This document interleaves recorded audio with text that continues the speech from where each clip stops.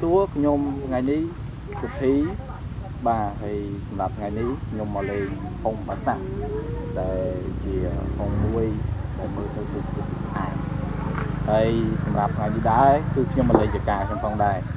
ព្រោះដោយសារតែខ្ញុំបានដាំកាកាវបាទជាដំណាំមួយគេហៅថាដំណាំឧស្សាហកម្មបច្ចុប្បន្នដែលជាពលរដ្ឋខ្មែរកំពុងតែមិនដឹងនិងជាពលរដ្ឋខ្មែរគាត់កំពុងតែមានការដាំដុះនៅតាមទីខេត្តផ្សេងៗ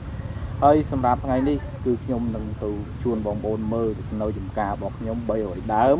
និងចំការរបស់លោកពូអាតដែលគាត់នៅខាងអូររំជែកគាត់ដាំជាង600ដើមដែរហើយពេលហ្នឹងគឺយើងឃើញថាភាពជាក់ស្ដែងរបស់កាកាវតើវាមាន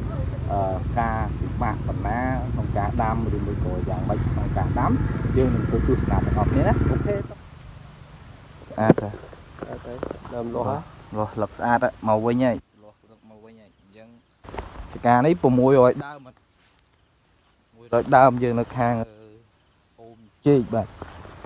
ខាងអូរជែកអញ្ចឹងវាលាស់មកវិញហើយបាទហ្នឹងខ្ញុំចេញពីចការហ្នឹងមកចការអ៊ំវិញបាទមកខាងចការអ៊ំនៅខាងមោងខាងអូរជែកបាទលាស់មកស្អាតហើយគឺមានកម្លាំងហ្មងបាទ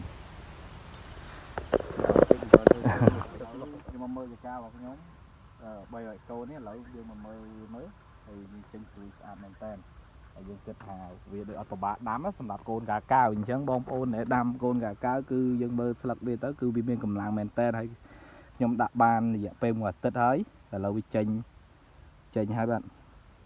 អញ្ចឹងខ្ញុំដាំបាន1អាទិត្យហើយនេះកូនសម្រាប់កូននេះហើយខ្ញុំកំពុងតែដាក់ដាំជាមួយនឹងត្រប់ទៀតបាទខ្ញុំកំពុងតែដាក់ដាំមួយត្រប់អញ្ចឹងអ្វីដែលខ្ញុំដាំបានតិចទៀតខ្ញុំនឹងធ្វើបង្ហាញឲ្យបងប្អូនបានឃើញកាន់តែច្បាស់ថាដំណាំកាកាវរបស់យើងគឺអត់ពិបាកដាំទេហ្នឹងទីតាំងដែលខ្ញុំដាំនៅក្នុងស្រុកយើងនេះបាទនៅខាងយើងមោងវិស័យនិងបសាក់បាទអញ្ចឹងតិចទៀតយើងទៅមើលផនលោកពូអាននៅខាងអូររំជែកបាទតិចទៀតយើងទៅមើលអស់គ្នាបាទអញ្ចឹងទាំងអស់គ្នាចាំទស្សនាទាំងអស់គ្នាបាទអរគុណច្រើន